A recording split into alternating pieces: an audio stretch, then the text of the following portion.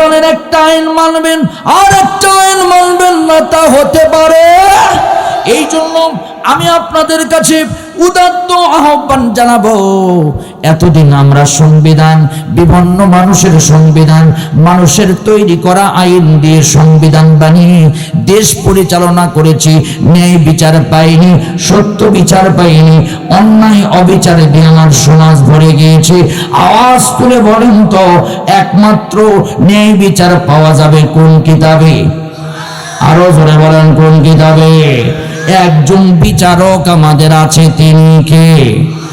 আমাদের বাবা আদম আলাইহিস সালাতু ওয়াস সালামকে আল্লাহ পাক একটা সীমানা দিয়েছিলেন, লা তাকরাবা হাদিহিস শাজারা, ওই গাছের কাছে যেও না। হযরতে আদম গিয়েছিলেন, আদমকে আল্লাহ ওই জান্নাত থেকে পোশাকগুলো খুলে দুনিয়াতে প্রেরণ করেছিলেন। হযরতে আদম তওবা করে আবার আল্লাহর প্রিয় হয়েছিলেন। এই জন্য আমরাও আল্লাহর কাছে আল্লাহর সীমানা লঙ্ঘন করে থাকলে তওবা করব ইনশাআল্লাহ। সবাই বলেন ইনশাআল্লাহ। আমার ভাইরা, 5 নম্বর হলো ওয়াইদা মারিদু আহাদুকুম ওয়াআদুহু। 5 নম্বর হলো যারা অসহায় মানুষ তাদের পাশে দাঁড়াতে হবে। যেই সমাজের মানুষেরা অসহায় মানুষের পাশে দাঁড়ায়, ওই সমাজটা আল্লাহর জান্নাতি সমাজ হয়ে যায়। জোরে জোরে বলেন সুবহানাল্লাহ। আমরা কিন্তু অসহায় মানুষের পাশে দাঁড়াই না। যারা অসহায় মানুষের পাশে দাঁড়ায় তাদেরকে রহম করেন কে? আরো জোরে বলেন কে? যারা ইয়াতিমদের পাশে দাঁড়ায় তাদের পাশে দাঁড়ান কে? আল্লাহর নবী বলেছেন, কোন মানুষ যদি ইয়াতিমের মাথায় হাত বোলায়, ইয়াতিমের দায়িত্ব নেই, আর ইয়াতিমকে লালন পালন করে, নবী আমার আঙ্গুল দেখায়া দিয়ে বলছেন, আমি এবং ইয়াতিমের লালন পালনকারী এইভাবে আল্লাহর জান্নাতে থাকবো। এই জন্য অসহায় মানুষের পাশে আমরা দাঁড়াবো। আল্লাহ তৌফিক দান করুন, বলেন আমিন। আরো জোরে বলেন আমিন। ওয়াইদাফতারাকারু আনহু, জাতির মধ্যে কেউ যদি নিঃস্ব হয়ে যায়, কেউ যদি অসুস্থ হয়ে যায়, কেউ যদি একদম জীবন থেকে সব কিছু নাই হয়ে যায়, আমরা সেই লোককে ডুবাবো না, সেই লোককে কষ্ট দিব না, সেই লোকের পাশে দাঁড়িয়ে আমরা তার খাবার বস্ত্র ব্যবস্থা, আমরা তার মৌলিক অধিকারের ব্যবস্থা করব। জোরে বলেন সুবহানাল্লাহ। আরো জোরে বলেন সুবহানাল্লাহ। হযরত ওমর রাদিয়াল্লাহু তাআলা বলেন, এই 6টা জিনিস কোন সমাজের ভিতরে যদি থাকে, সেই সমাজটা আল্লাহর জান্নাতের সমাজ হয়ে যাবে, সেই সমাজের মানুষগুলো জান্নাতি মানুষ হয়ে যাবে। আমার ভাইয়েরা, আমার প্রিয় বন্ধুগণ, তাহলে আওয়াজ করে বলেন তো, আল্লাহর কোরআন সংবিধান হিসাবে মানার দরকার আছে না নাই? আরো জোরে বলেন আছে না নাই? আল্লাহ রাব্বুল আলামিন এই কোরআনে কারীম সম্পর্কে আল্লাহ রাব্বুল আলামিন সুন্দর করে জানায়া দিয়েছেন, ওয়া নুনাজ্জিলু মিনাল কুরআনি মা হুয়া শিফাa'un ওয়া রাহমাতুল লিল মুমিনিন ওয়া লা ইয়াজিদুজ যালিমিনা ইল্লা খাসারা। আমার ভাইরা, আমার প্রিয় বন্ধুগণ, এই কোরআন মুমিনের জন্য শিফা আর জালিমের জন্য ক্ষতি। কথা কোন লাগেন ঠিক কিনা? মুমিন এই কোরআন শুনলে মুমিন, এই কোরআন শুনে মুমিনের ঈমান বৃদ্ধি পাবে। মুমিনেরা এই কোরআন থেকে ফায়দা গ্রহণ করবে। এই কোরআনকে মুমিনেরা সুন্দর করে, মুমিনেরা এই কোরআনকে নিজের জীবন থেকে শুরু করে পারিবারিক জীবন, সামাজিক জীবন, অর্থনৈতিক জীবন, রাষ্ট্রীয় জীবনে এই কোরআনের অনুসরণ মুমিন করবে। কিন্তু এই কোরআন তারাই গ্রহণ করবে না যারা হলো জালিম। ওয়া মান লাম ইয়াহকুম বিমা আনজালাল্লাহু ফাউলাইকা হুমুল কাফিরুন। এই কোরআন যারা মানে না তারা কি? কাফের। তারা কি? ফতোয়া দিয়েছেন কে? ওয়া মান লাম ইয়াহকুম বিমা আনজালাল্লাহু ফাউলাইকা হুমুল ফাসিকুন। এই কোরআন যারা মানে না তারা হলো ফাসিক।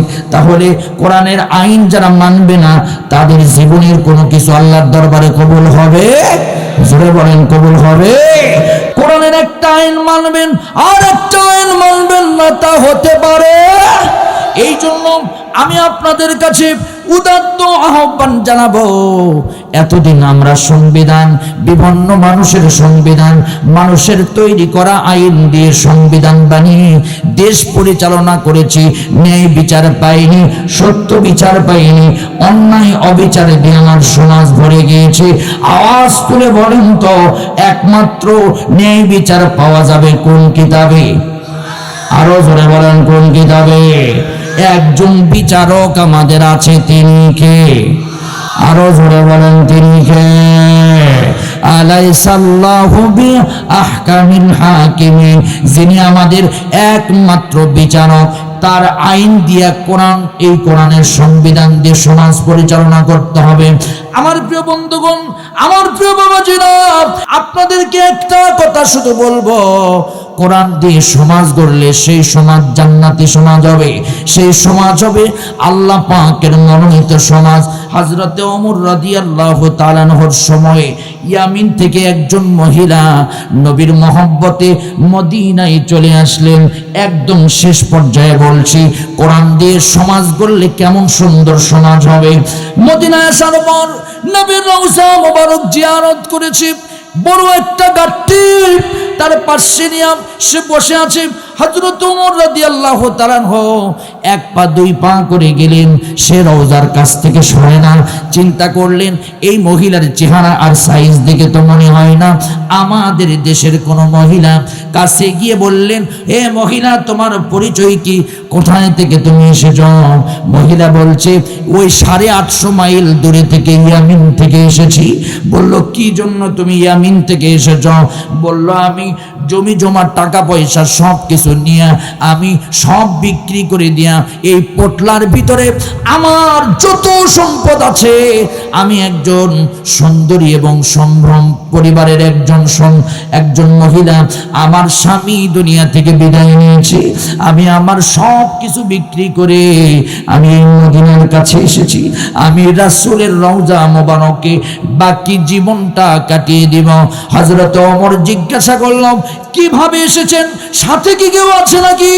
বলছে, না না, আমাকে দেখার মতো কেউ নাই। হযরত ওমর বলছে, এই পোটলা নিয়ে তুমি যখন এসেছো, তোমার কি কোনো সমস্যা হয় নাই? এত সুন্দর তোমার চেহারা। হযরত ওমরকে ডাক দিয়ে বলছেন, ওমর শোনো, আমি ইয়ামিন থেকে এই পর্যন্ত রওনা দিয়ে নবীর রওজা পর্যন্ত এসেছি, আমার গায়ে একটা টাচও কেউ করে নাই, আমার সম্পদের, এই সম্পদের টোপলার ভিতরে কেউ হাত দেয় নাই। মনে হলো আল্লাহর জান্নাতি সমাজে আমি আছি। হযরত ওমর আল্লাহ পাকের কাছে সিজদায় পড়ে বললেন, আল্লাহ, আমি যে কোরআন দিয়ে সমাজটা করতে পেরেছি, এই সমাজটা সুন্দর সমাজ হয়েছে। ইন্না আনজালনা ইলাইকাল কিতাবা বিল হাক্কি লিতাহকুমা বাইনান নাসি বিমা আরাকাল্লাহ। এই সুন্দর সমাজটা আল্লাহর কোরআনের সমাজ দিয়ে গড়েছি। তাহলে হাত তুলে আপনাদেরকে লাস্ট মুহূর্তে দেখতে চাই, আমরা অনেক শাসন দেখেছি, ভাবির শাসন দেখেছি, বুবুর শাসন দেখেছি, আমরা চাচার শাসন দেখেছি, আমরা কত মানুষের শাসন দেখেছি। আগামী পার্লামেন্ট আল্লাহর কোরআনের পার্লামেন্ট হোক। কারা কারা চান দুহাত তুলে আমার আল্লাহকে দেখা যায়। লিল্লাহি তাকবীর, লিল্লাহি তাকবীর। আল কোরআনের আলো সংসদে চালো, লিল্লাহি তাকবীর, লিল্লাহি তাকবীর। আল কোরআনের আলো দুনিয়ার মুসলিম, দুনিয়ার মুসলিম মূল্যবান হাদিস যেখানে